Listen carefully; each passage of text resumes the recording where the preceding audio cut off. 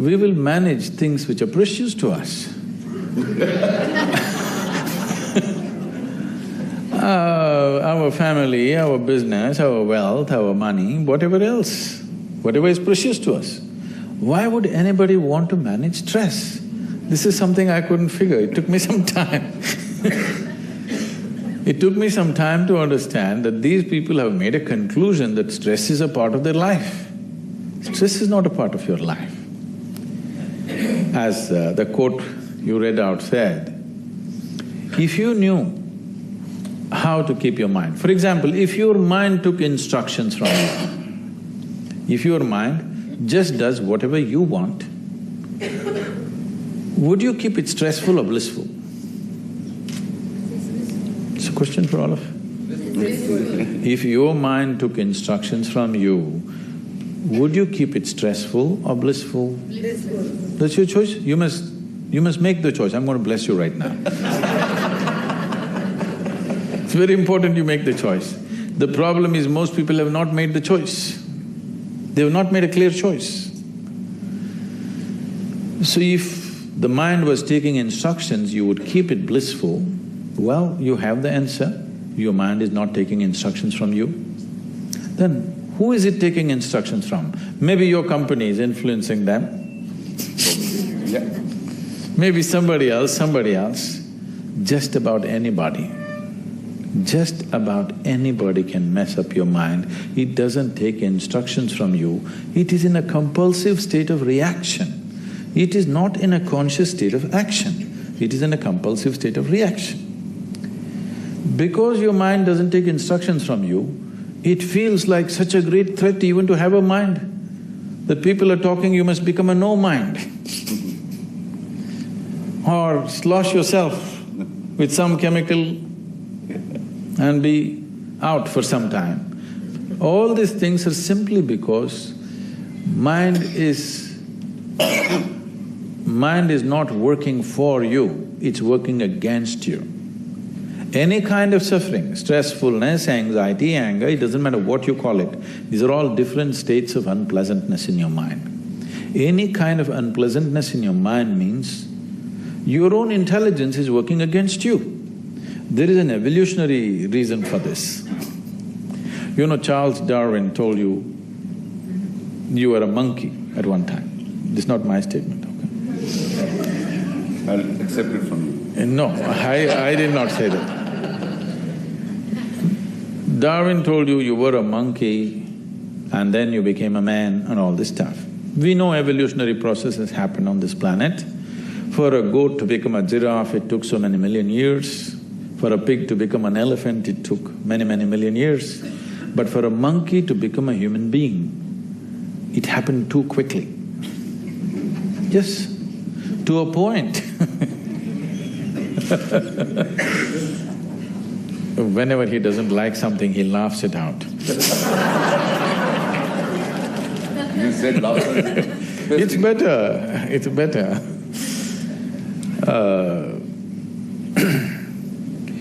To a point where the anthropologists of the day are saying there is a missing link somewhere, because there are some jumps which are not logical, they have happened too rapidly. There are many reasons, I will not go into the scientific reasons why it happened so rapidly. There are good scientific reasons as to why it just kind of picked up so much momentum, the evolutionary process. But now what's happened is, we have an intelligence for which we don't have an appropriate platform.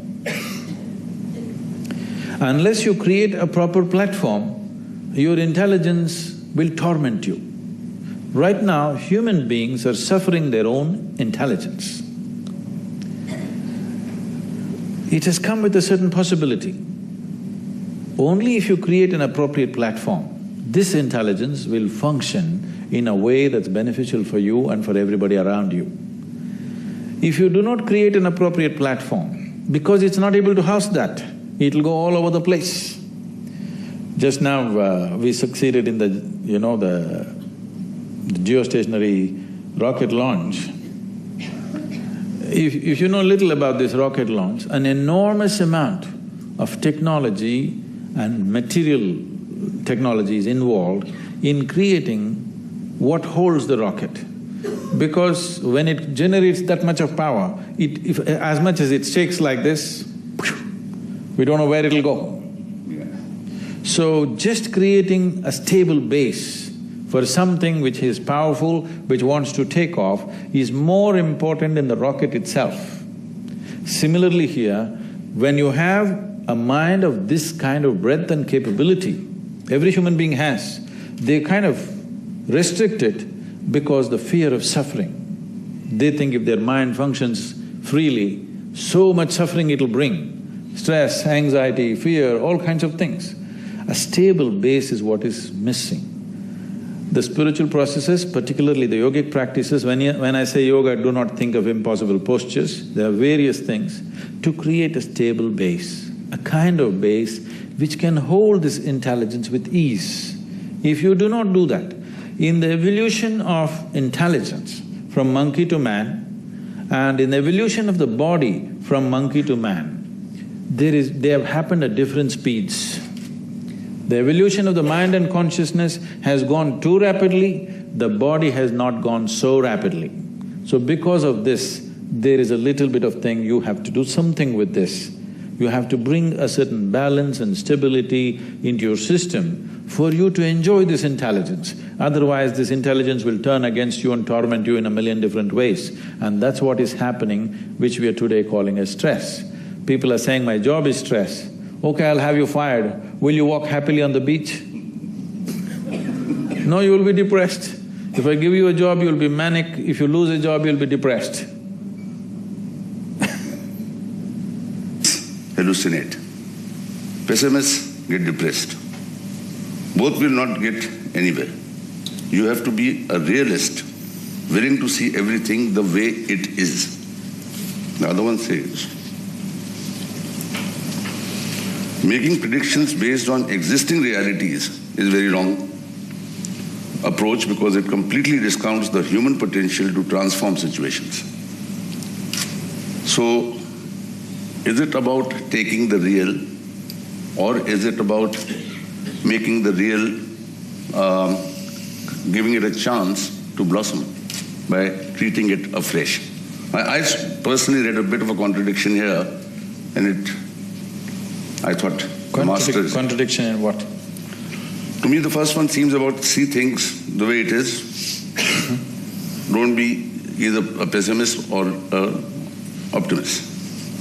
Second one says that if you're making predictions based on existing realities, it's a wrong approach because it completely discounts the human potential to transform situations.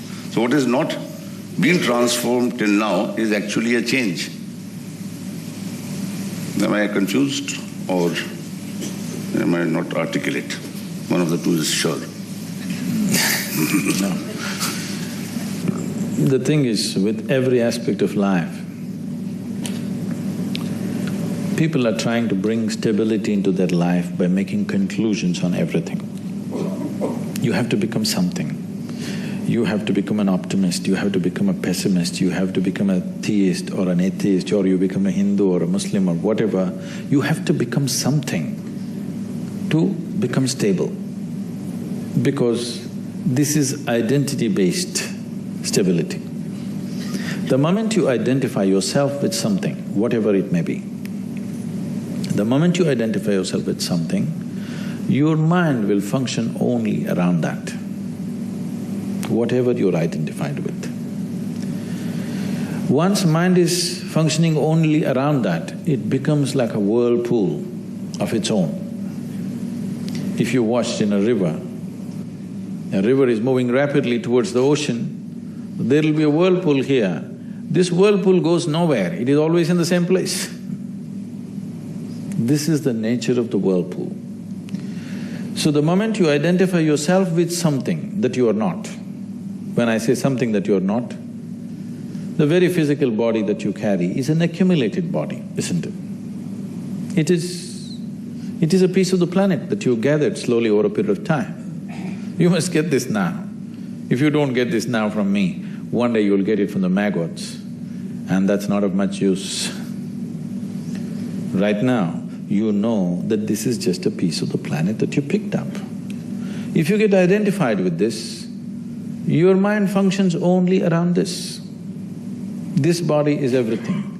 Because this body is everything, whatever concerns this body, all those bodies become something. This is the bane of our country right now. This is a Dhritarashtra syndrome. You remember? So basically what you're saying is that it is…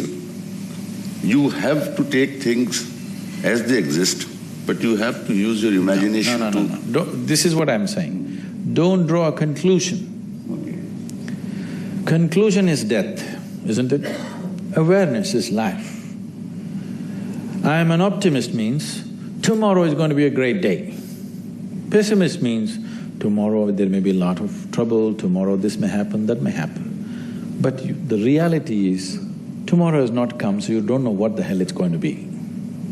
We will plan for tomorrow, but you really don't know what it is, isn't it? Yes or no? It doesn't matter how many predictions you have, how much guesswork you have, still you do not know what tomorrow is. You do not know what next 5 minutes is, isn't it? So reality of life is just this. We have a whole lot of ideas based on the past experience of life. They may go well in a few times, but there's always a possibility something else could happen, always. That is the reality of life. If you make a conclusion that this is the way it's going to be, you miss the experience of life because you concluded. All these conclusions are because one way or the other, we want to take away the uncertainty of life. We want to conclude. People want to conclude, there is God, there is no God, there is like this, like that.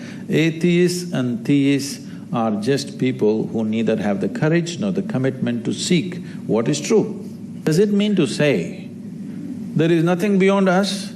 Well, before we came here, the planet was here, the cosmos was here, after we are dead, it'll be here. So obviously we didn't make it, nor are we running it.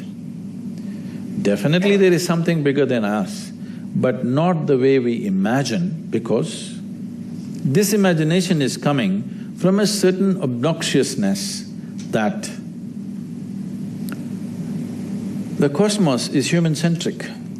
The cosmos is not human-centric.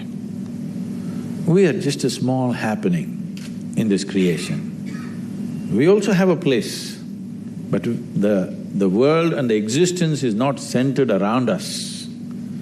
This is a very obnoxious conclusion we have made. Because of these kind of conclusions, we become this or that.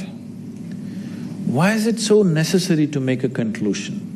Because our well-being is not coming from our awareness, our well-being is coming from conclusions that we have made. It gives us a certain sense of certainty that I belong to this party or that party. I am willing to look every moment and see which is the best thing to do right now. No, that seems too uncertain. But whatever you do, whatever arrangements you make, whatever conclusions you make, reality will get you the way it gets you, all right? Yes or no? It'll anyway get you, one way or the other. If you are in touch with reality, if you're in tune with reality, you can handle these things gracefully. Life and death, you can handle gracefully. Otherwise, if you're an optimist, you will go towards… till as long as a few things are working, you're okay, after that you will be frustrated. If you're a pessimist, we don't have to tell you. You've already given up on everything. Well, thank you, Sadhguru, for everything. I don't know what all…